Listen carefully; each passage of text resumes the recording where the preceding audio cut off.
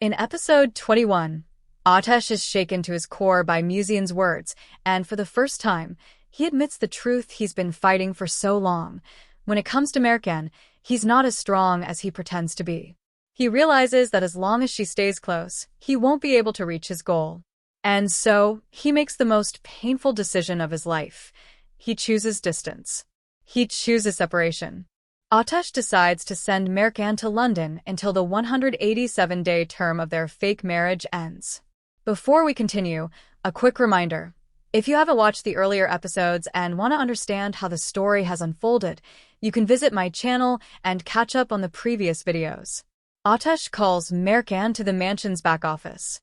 When she arrives, he shows her airline tickets and, with a cold tone, tells her she must leave for London immediately.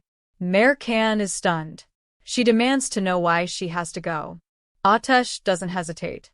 He says he doesn't want to see her in front of him anymore, and that's exactly why she has to leave. Mercan refuses. She says she won't accept this decision.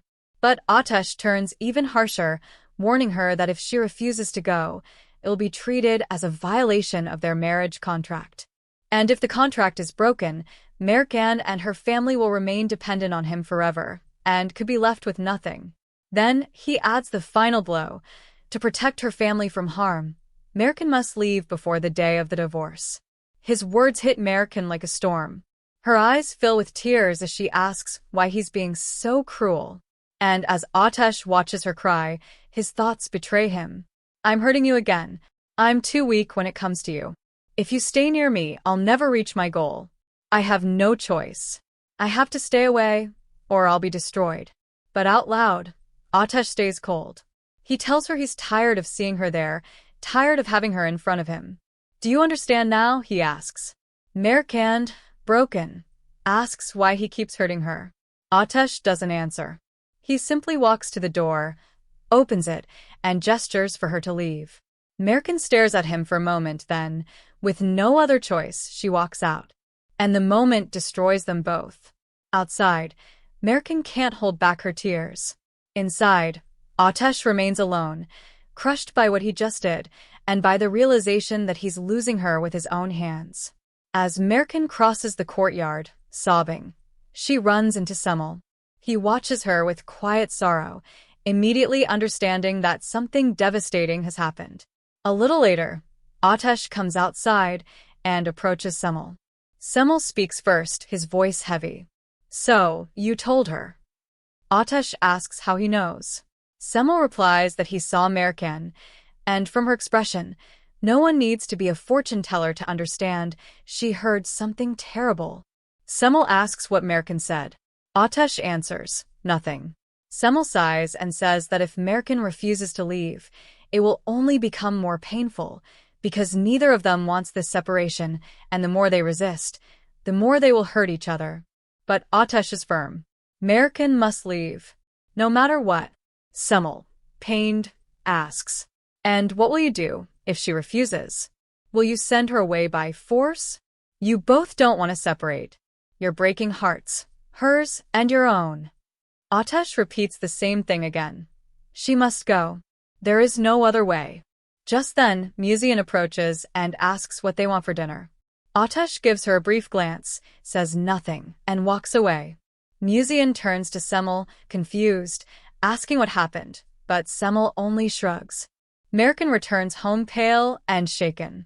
Nermin and Haydar notice immediately and anxiously ask if Ateş hurt her again. Mercan tells them the truth. Ateş is sending her to London, and she has to stay there until the 187 days are over. At first, her parents strongly oppose the idea. But when Mercan explains that refusing could annul the contract and put their family at risk, they have no choice but to agree.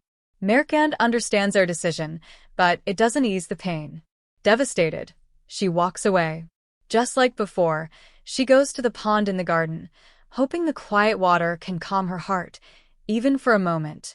But when she reaches the pond, she sees Ateş there too, standing alone, tense and restless, as if the same storm is tearing him apart. Their eyes meet. Both of them need comfort. Both of them are breaking. But neither can give the other what they need, because this pain was created by Atash's choice. Merkin asks again why she has to go to London. Atash repeats the same cruel answer. He doesn't want to see her in front of him. Merkin asks if he truly hates her that much. Atash reminds her that earlier that morning, she herself told him to leave her alone, and he's only doing what she asked. Merkin bitterly asks if that's what he's hiding behind now. Suddenly, Atash steps closer. So close the air between them feels sharp. His eyes are filled with anger and pain as he says this is still better than Merkin going to dinner with Nizar every time Nizar invites her. Then, looking straight into her eyes, Atash strikes where it hurts most. Why are you resisting so much? Is it because Nizar won't be in London? Is that your problem? Merkin can't take it anymore. She raises her hand to slap him, but Atash catches her wrist. Coldly, Atash says that maybe Nizar will try to follow her, but Atash will never allow it. Then he releases her hand sharply and walks away, consumed by anger, leaving Merkin alone by the water, shaking with heartbreak. Before ending the video, I want to say, if you haven't watched the previous episodes of the series, be sure to check out the earlier videos on my channel. And if you want to be the first to see what happens next, stay with me and keep following the channel. See you in the next video. Take care.